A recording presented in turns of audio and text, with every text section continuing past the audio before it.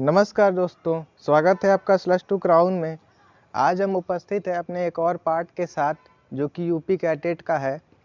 तो इसमें हम जानेंगे कि जब आप 5,000 जो सिक्योरिटी फीस है वो जमा कर लेते हैं तो उसके बाद आपको क्या करना है, कैसे कैसे क्या स्टेप होगा, उसके बारे में हम इस वीडियो में आपको जानकारी देंगे। ठीक, तो सबसे पहले आपको क्या करना है, अपना लॉगिन सेक्शन खोल लीजिएगा। तो चलिए हम पहले लॉगिन सेक्शन खोलते हैं, उसके बाद आपको आगे के स्टेप बताते हैं।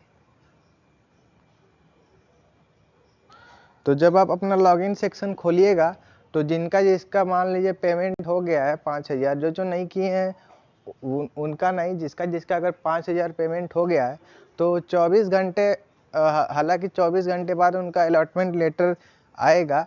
लेकिन मैं जहाँ तक मेरा था, मतलब एक बच्चे का था जो उसका करीब 17 घंटे के करीब में आ गया अलॉटमेंट लेटर। हाँ, तो देखिए क्या होगा।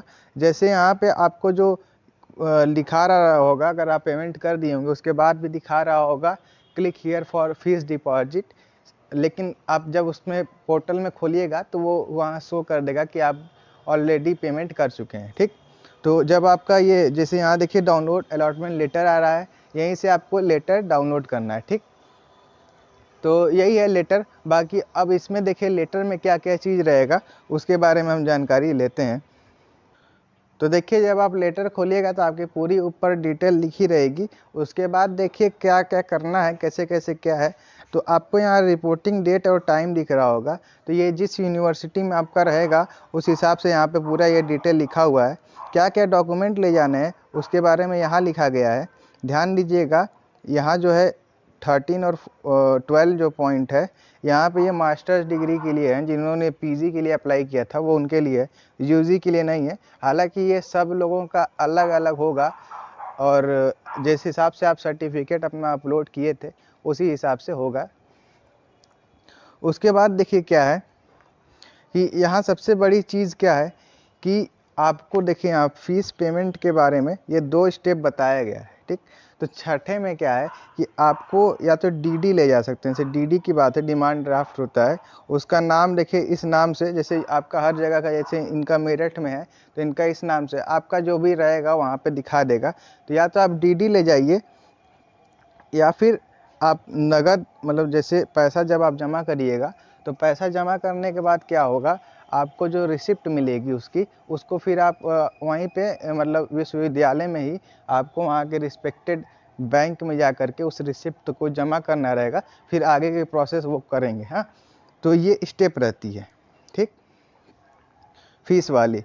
बाकी जो चेक या इससे एटीएम से या जो भी और सुविधा वाले चीज़ होते हैं पैसे के, इसके बारे में जानकारी नहीं है। लेकिन अगर आपको लगता है तो आप एक बार कॉलेज पे पता कर लीजिए फ़ोन करके, अगर हेल्पलाइन नंबर होगी वहाँ पे तो पता लग जाएगा। या फिर आप दूसरा चीज़ कर सकते हैं कि आप लेते जाइएगा जो भी आपका, अगर मान लीजिए चेक भी होगा, क्योंकि वहाँ पे ब्रांच रहती है और ब्रांच में ऐसा नहीं है कि आपका कोई भी चीज़ नहीं होगी, कोई दिक्कत नहीं होगी, एकदम आराम से सब काम होगा। ठीक, तो यही है। बाकी देखिए फीस स्ट्रक्चर आएगा इसमें। तो फीस स्ट्रक्चर में क्या है, अगर आपको इन सारे चीज़ों में से कोई भी सब्जेक्ट मिला होगा तो पहले देखिए यहाँ पे 6,000 एडमिशन के समय लगेगा। बाद में ये सेमेस्टर फ़ीस है, ये ध्यान दीजिएगा सेमेस्टर फ़ीस है। 6 महीने का एक सेमेस्टर होता है, फिर अगले सेमेस्टर जब होगा फिर आपको लगेगा। ठीक, उसके बाद अगर हॉस्टल लेनी है आपको तो हॉस्टल के लिए फ़ीस अलग से है। हाँ, ये भी सेमेस्टर वाइज ही है फीस। और देखिए मेस, ये हॉस्टल का बस रूम का है, रूम इलेक्ट्रिसिटी, और फिर ये आपका एक बार पेमेंट है 1,000 रुपये का। मतलब सेमेस्टर में देखिए क्या होगा, बस ये रूम रेंट, हाँ हॉस्टल में अगर आप ले रहिएगा तो रूम रेंट बस सेमेस्टर का लगेगा। बाकी ये जो 2 चीज़ है वो एक ही बार जमा होगा। ठीक, बाकी और ऐसे ही सब अलग अलग कैटेगरी का है, सबका दिया गया है, उस हिसाब से लगेगा। ठीक, और देखिए एक चीज़ बता दें, यहाँ पे अगर जनरेटर आपका चलता है, मान लीजिए आप लेते हैं छात्रावास, मतलब हॉस्टल लेते हैं, तो आप अगर आपका जनरेटर उस समय चलता है तो उसका फ़ीस अलग से लिया जाएगा। दूसरा चीज़ क्या है कि आपको सिक्योरिटी फ़ीस अलग से जमा करनी होगी हॉस्टल के लिए, और मेस का चार्ज भी अलग से जमा करना होगा। मतलब क्या है इसका, सिक्योरिटी फ़ीस का मतलब क्या है कि आप जब पूरा कर लेंगे हॉस्टल में रहने के बाद, जब आप निकलिएगा तो आपको वो वापस हो जाएगी। मेस का क्या है, हर मेस में मतलब प्लेट वाइज रहता है, जैसे कि मान लीजिए हर का अलग है, किसी का 30 रहता है, किसी का 45 रहता है, हाँ, तो इस हिसाब से रहता है चार्ज। तो इस तरह से है सब। बाकी देखिए उसके बाद पेड सीट जिनका है, तो पेड सीट का इनका अलग चार्ट है।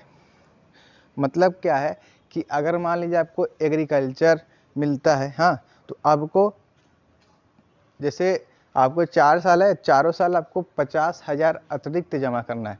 मतलब क्या, ये ऊपर वाला तो जमा करना ही है सब, उसके बाद भी आपको 50,000 जमा करना है, ठीक, पेड सीट वालों का। अगर आप हॉर्टिकल्चर में हैं तो हॉर्टिकल्चर और भी जितना लिस्ट में देख लीजिएगा, जितने भी नाम है उन सबों का एक टाइम पेमेंट होता है 50,000 का, ठीक। आप गए पहले एडमिशन कराए, 50,000 दे दीजिए, उसके बाद आपका नॉर्मल फीस रहेगा, ठीक ना। तो ये हॉर्टिकल्चर का है, ठीक। तो इसी तरह से है